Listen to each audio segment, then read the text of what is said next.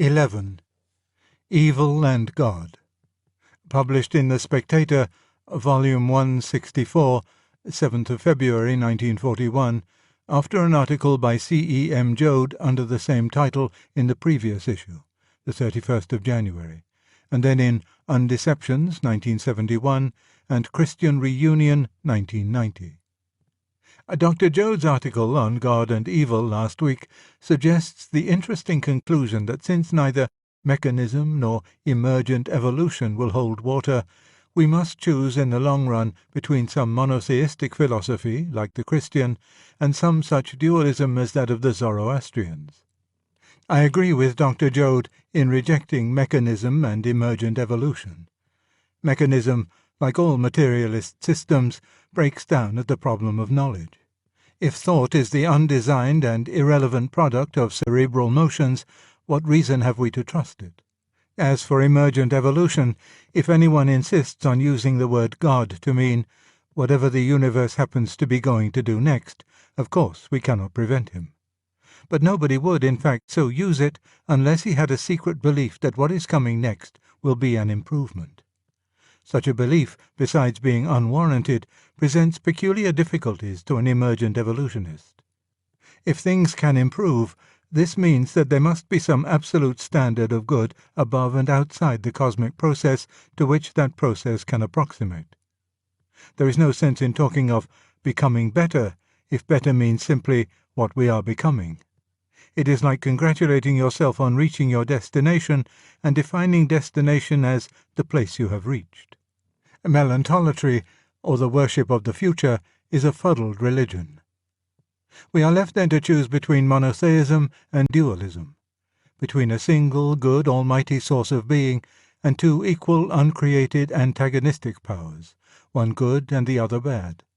Dr. Joad suggests that the latter view stands to gain from the new urgency of the fact of evil. But what new urgency?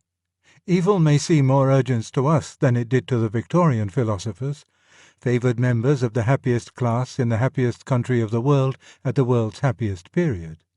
But it is no more urgent for us than for the great majority of monotheists all down the ages. The classic expositions of the doctrine that the world's miseries are compatible with its creation and guidance by a wholly good being come from Boethius, waiting in prison to be beaten to death, and from St. Augustine, meditating on the sack of Rome. The present state of the world is normal. It was the last century that was the abnormality. This drives us to ask why so many generations rejected dualism. Not, assuredly, because they were unfamiliar with suffering, and not because its obvious prima facie plausibility escaped them. It is more likely that they saw its two fatal difficulties, the one metaphysical and the other moral. The metaphysical difficulty is this: the two powers, the good and the evil, do not explain each other. Neither Ormuzd nor Ahriman can claim to be the ultimate. More ultimate than either of them is the inexplicable fact of their being there together. Neither of them chose this tete-a-tete. Each of them, therefore, is conditioned, finds himself willy-nilly in a situation, and either that situation itself or some unknown force which produced that situation is the real ultimate. Dualism has not yet reached the ground of being. You cannot accept two conditioned and mutually independent beings as the self-grounded, self-comprehending absolute.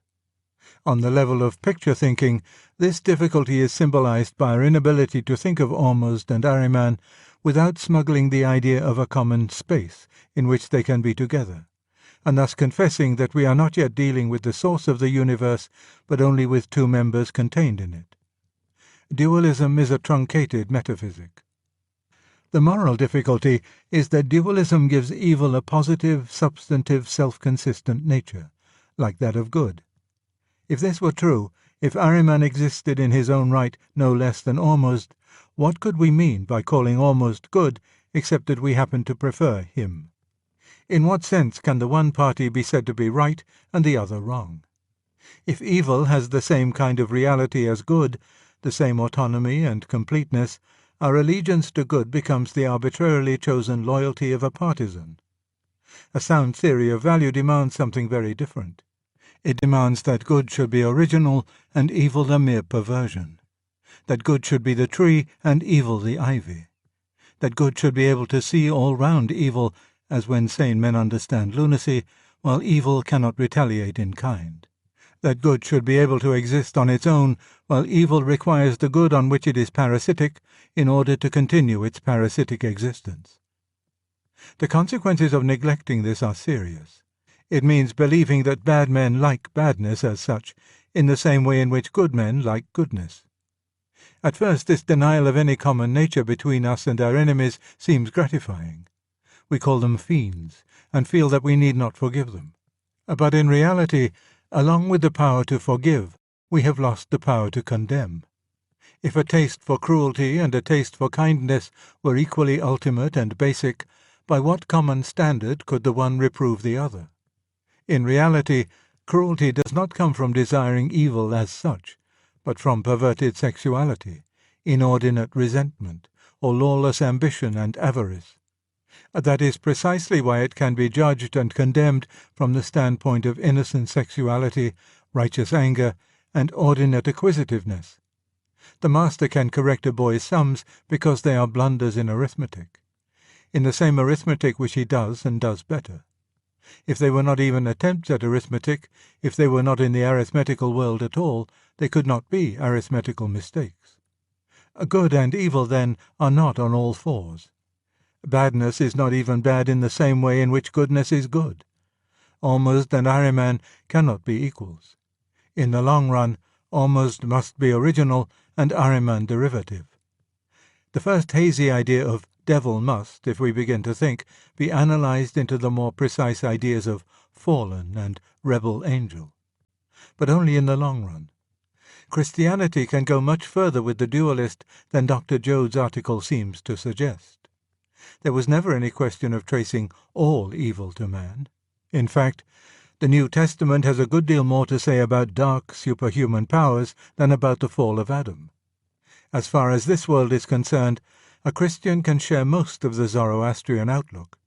We all live between the fell, incensed points of Michael and Satan. The difference between the Christian and the dualist is that the Christian thinks one stage further, and sees that if Michael is really in the right and Satan really in the wrong, this must mean that they stand in two different relations to somebody or something far further back, to the ultimate ground of reality itself. All this, of course, has been watered down in modern times by the theologians who are afraid of mythology. But those who are prepared to reinstate Ormuzd and Ahriman are presumably not squeamish on that score. A dualism can be a manly creed. In the Norse form, the giants will beat the gods in the end, but I am on the side of the gods. It is nobler by many degrees than most philosophies of the moment. But it is only a halfway house. Thinking along these lines, you can avoid monotheism and remain a dualist.